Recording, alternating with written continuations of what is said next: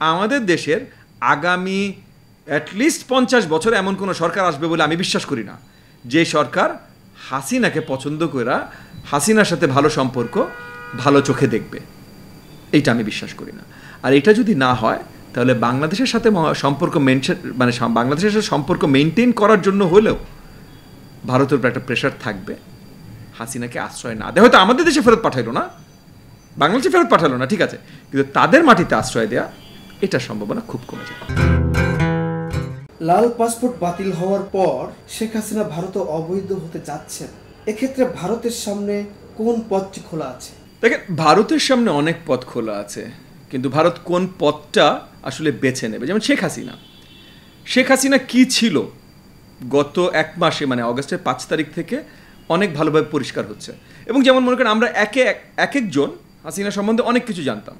আমি হাসিনা সম্বন্ধে অনেক কিছু জানতাম কারণ পারিবারিকভাবে বাংলাদেশের রাজনীতিতে একটা উচ্চ পর্যায়ে থাকবার জন্য এবং অনেক ধরনের সোশ্যাল কর্মকাণ্ড থেকেও আমি জানতাম। যেমন মনে করেন আমি ছোট্ট একটা গল্প আপনাকে বলি, ছোট্ট একটা গল্প, হ্যাঁ, এটা হয়তো 17-18 সালের গল্প, 17-18 সাল, তবুও 7-8 বছর হয়ে গেছে।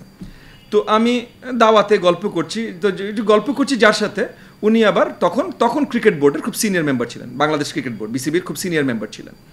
তো তার কয়েকদিন আগেই, মানে 3-4 দিন আগে হয়তো বাংলাদেশ বড় কোনো একটা সিরিজ হেরেছে, খুব খারাপভাবে হেরেছে। তো এমনি সে যেহেতু বিসিবির একটা বড় কর্মকর্তা, ডিসিশন মেকার বোর্ডে, তো তার সাথে গল্পে অটোমেটিকলি আসে না, ভাই কী হলো, আমাদের টিমের কী হলো, এটা এত খারাপ কেন করছে আমাদের টিম, আমাদের প্লেয়ারগুলো তো ভালো, এই যে মুশফিকুর রহিম বা এটা কত ভালো ভালো প্লেয়ার, হ্যাঁ, তবু আমাদের এই অবস্থা কেন?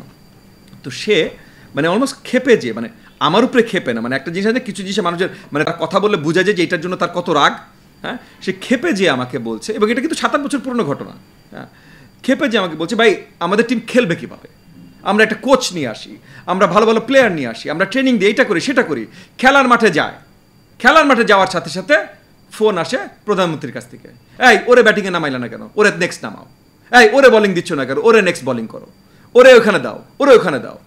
এখন ভাই আমার ক্যাপ্টেন ডিসাইড করবে, আমার কোচ ডিসাইড করবে, আমার টিম ডিসাইড করবে, না প্রধানমন্ত্রী ডিসাইড করে দিবে? তো আমরা খেলা খেলবো কিভাবে? মানে আপনি ক্রিকেট যে বাংলাদেশের ক্রিকেট ফ্যান, আমরা সব পাগল না ক্রিকেটের বাংলাদেশে? এই ক্রিকেট খেলার সময় যদি প্রধানমন্ত্রী, সে ক্রিকেটের কি বুঝে ভাই? প্রধানমন্ত্রীর দায়িত্বে যে বসা, সে নিজে ফোন দিয়ে বলে, এই পাপন এটা করো, বা সো অ্যান্ড সো এটা করো, তাড়াতাড়ি ওরে বলো এরে নামাইতে, তাহলে সেই টিম ক্রিকেট খেলতে পারে না ভাই। বাংলাদেশ টিম জিতুক হারুক যাই করুক, কিন্তু টিমকে তো টিমের মতো খেলতে দিতে হবে। এই যে দেখেন, হাসিনার পতন হলো, প্রথম টেস্ট বাংলাদেশ পাকিস্তানের মাটিতে পাকিস্তানের বিরুদ্ধে জয়ী হলো।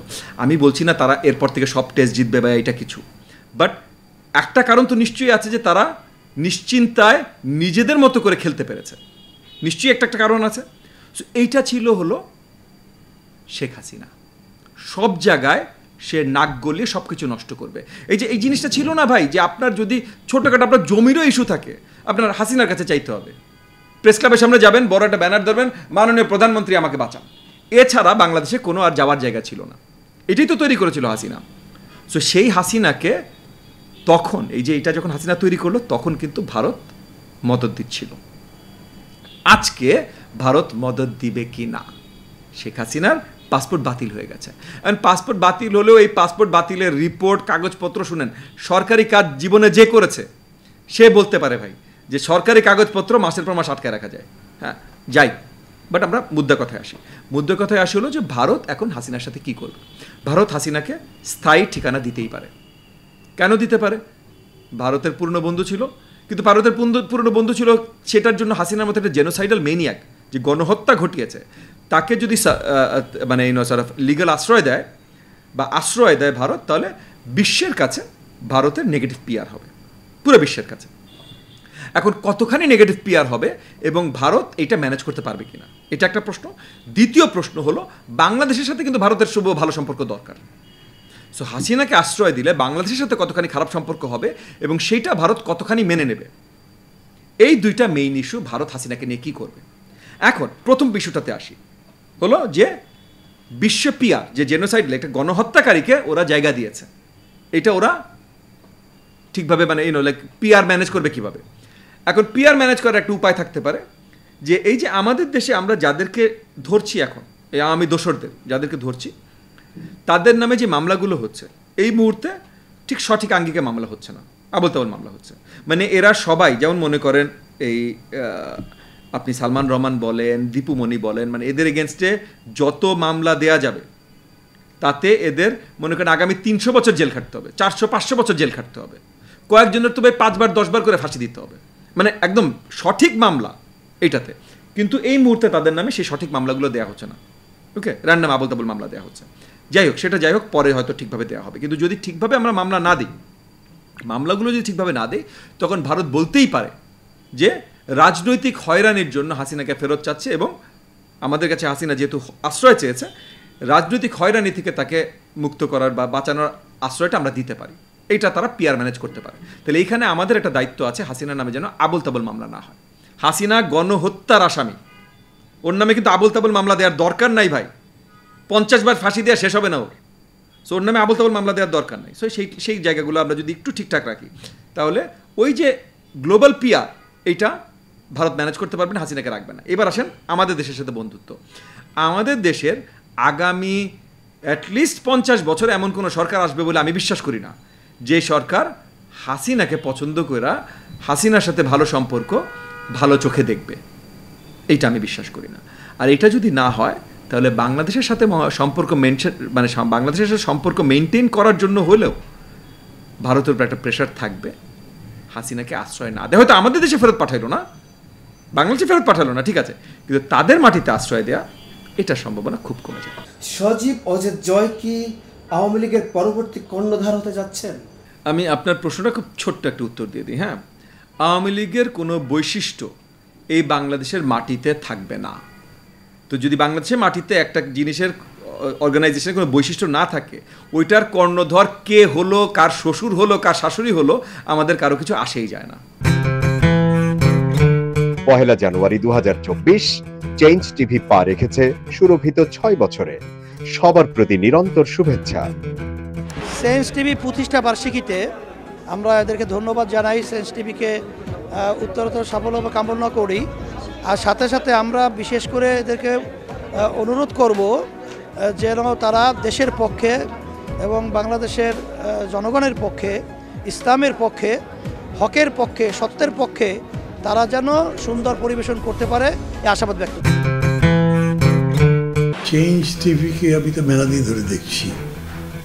চেঞ্জ টিভি যতদূর সম্ভব বস্তুনিষ্ঠতার সাথে কাজ করছে, এবং এই জন্য চেঞ্জ টিভির ভিউ আরও অনেক বেড়েছে, অনেক।